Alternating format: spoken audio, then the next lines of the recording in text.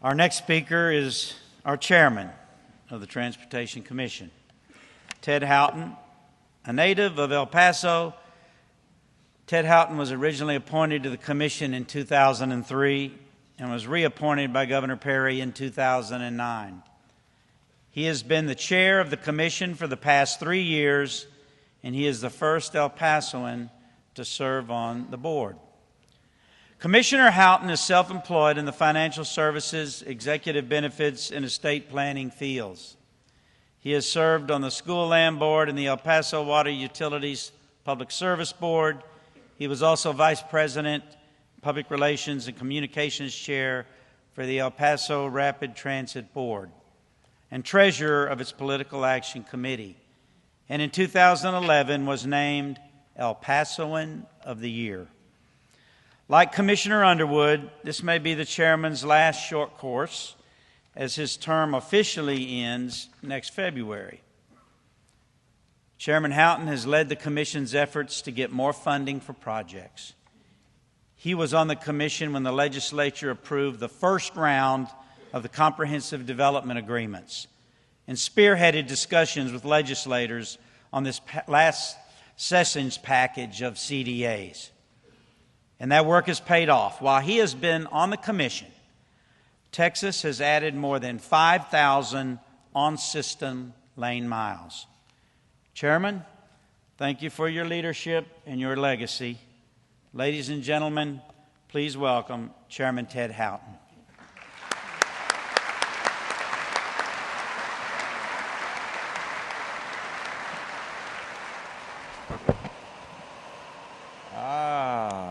Got something in store, not a lot though.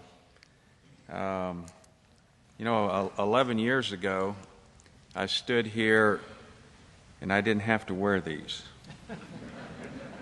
And during my rookie year, and I look over my shoulder now, and my reinforcements and the faces have changed with the exception of one, Lawrence. I think you were the only common denominator up on this stage. Thanks for sticking around, Lawrence, for all these years. If you've noticed a common theme, you had Vice Chancellor Tommy Williams talk about technology research, and then followed by Dennis Christensen, technology research, and then the General just talked about technology research and gave some examples.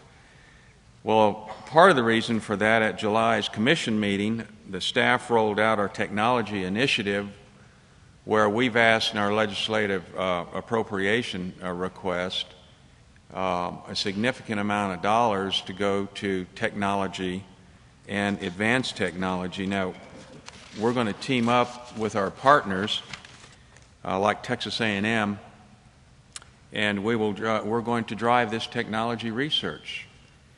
And I had the opportunity, along with General Weber and John Barton, to address the Board of Regents last month. And what struck me is what John had to say, all the research he had done about all the changes that has taken place. Now, in that spirit, I want to illustrate to you, can you put up the first slide? I want you to put up this slide. Now, this is a test. This is going to be a test. This slide represents generation, I think. And I'm going to read to you some technology advances and then you figure out, I want you to figure out what year either Grandma or General Weber were born. Now, there was no television, there was no penicillin, there was no polio shots, there was no frozen food, there was no such thing as Xerox, no contact lenses, no such thing as a Frisbee. There were no credit cards, no laser beams, no ballpoint pens. Man had not invented pantyhose, or should I say women, air conditioners, dishwashers, clothes dryers. They hung those out on a clothesline. And if you ask my kids what a clothesline is, they look at you and go, "What's that?" We had not landed or had a man walk on the moon. We didn't have FM radios. We didn't have tape decks. We didn't have electric typewriters. Pizza Hut, McDonald's, instant coffee were unheard of. You could buy a Ford Coupe, General, for $600, and the gas to put in that coupe cost 11 cents. Hardware was found in the hardware store. Software, there was no such word. So, which do you attribute who and what year would you have had to have been born to see all those changes? Any guesses? What year?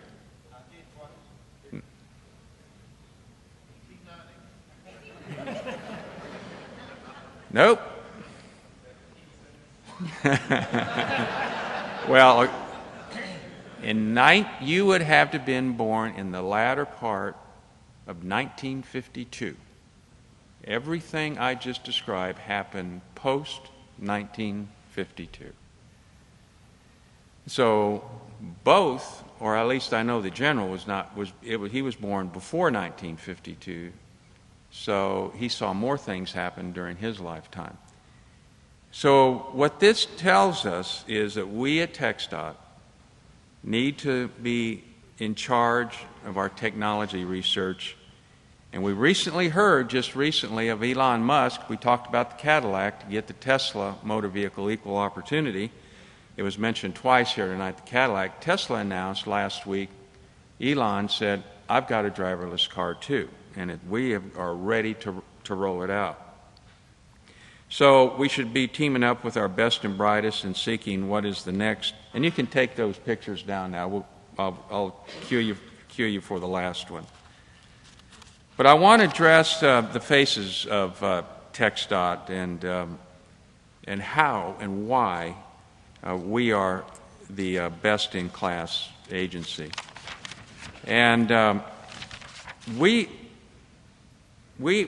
have folks around this agency that work 365 days a year, and we touch everyone in this state day in, day out, and every Texan every day, whether it's going to work or getting their products to market, their mail, their packages delivered to them. You get it. But when I leave here today, I'll get on a state highway. Our products come in on state highways. Now, there is no other agency that has that type of frequency. And it's not a one-off that makes this agency the best in class. It's all the little things in life that add up. I could sit here and ad nauseum, and not ad nauseum, not being disrespectful. I'm so proud of all the projects we built, the billion-dollar projects. But let me give you a few examples how people have performed. As you heard the General earlier talk about our 92 customer satisfaction, and we talked about this survey, and more than 6,200 TxDOT customers were talked about. In that spirit, I'd like to share some stories of the unsung heroes. Now, these are not going to be the folks going the extra mile. Some people you never heard of and you may never hear of again that make this department exceptional, and who every day help Texans as they make their way around the state and work and is a pleasure and pleasure doing it. The first person I'd like to recognize is Becky Barker. She is a travel information supervisor in Orange, Texas, and has worked in the center more than 25 years. Side note, you may have seen her profiled in the Texas Country Reporter featured over this last weekend. Anyway, in July, we heard from a Dr. Taylor who was with his wife on the way to a funeral and stopped into the Orange Travel Information Center, and during the visit, Dr. Taylor's wife lost her purse. Long story short, it was found and returned to the Taylors. With everything in place, Becky Barker and her colleagues, Edwin Petty and Cheryl Granger, did an awesome job. Dr. Taylor was elated with the great customer service demonstrated by a staff at the center and how they even checked through the trash cans for that purse. The next person I'd like to recognize is Chad Helt, an engineering assistant in the Atlanta district. Two ladies were in trouble, broken down and stranded on the side of the road when a stranger stopped to help them. The stranger, TxDOT's Chad Helt, determined the trouble was a bad battery. The ladies told him they didn't have any money for a new battery. Chad drove his own vehicle to an auto repair parts store, bought and installed a new battery for the ladies. Turns out that the unsung hero helped the wife and the mother-in-law of an Atlantic district colleague. The third one is Steve Smith of Nacogdoches area office. In late May, the chief of police in Timpson was escorting a funeral procession along State Highway 84. There was a construction project in progress, and traffic was reduced, to one lane. As the procession was traveling through the construction zone, every person working stopped, removed their hard hats, bowed their heads in respect to the family who had lost a loved one.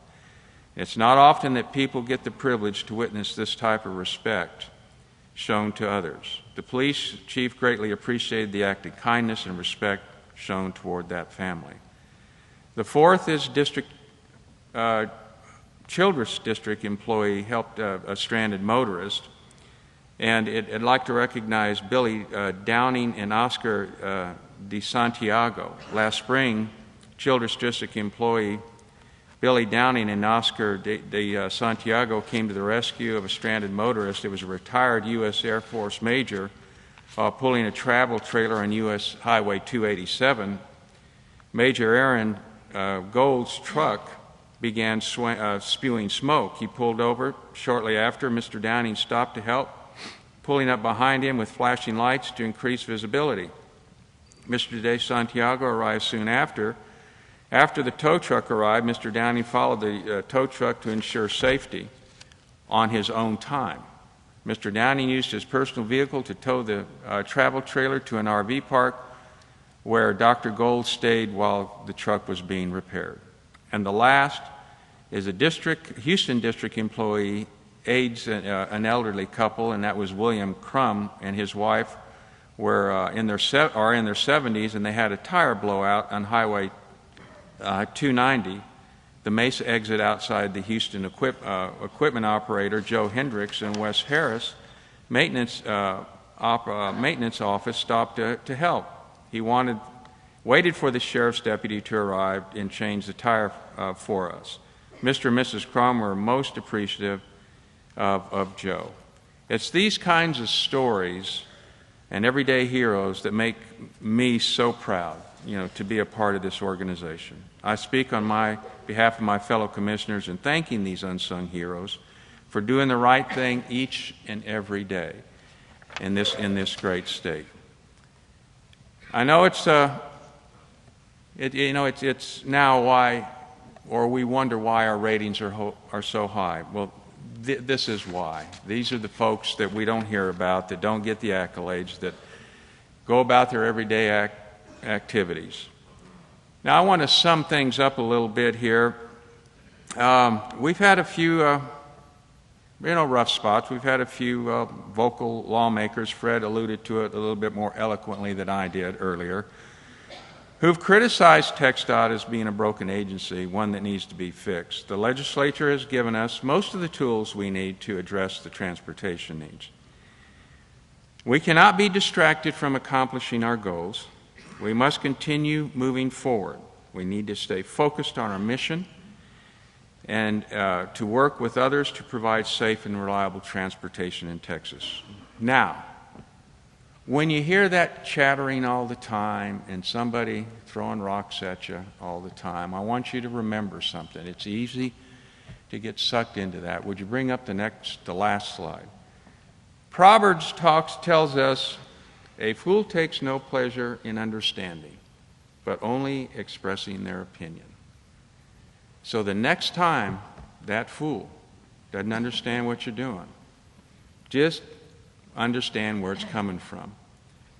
Because stay focused. I've witnessed some of the most exciting developments at TxDOT, but so much more lies ahead. With the leadership of General Weber and the Commission, and an outstanding team of dedicated TxDOT employees, there is no doubt in my mind the best is yet to come. And it's been an honor and privilege to serve on this commission and as chair, and I always remember with great fondness and respect the wonderful men and women who make up the best in class in the state agency. And I salute you all. Thank you very much.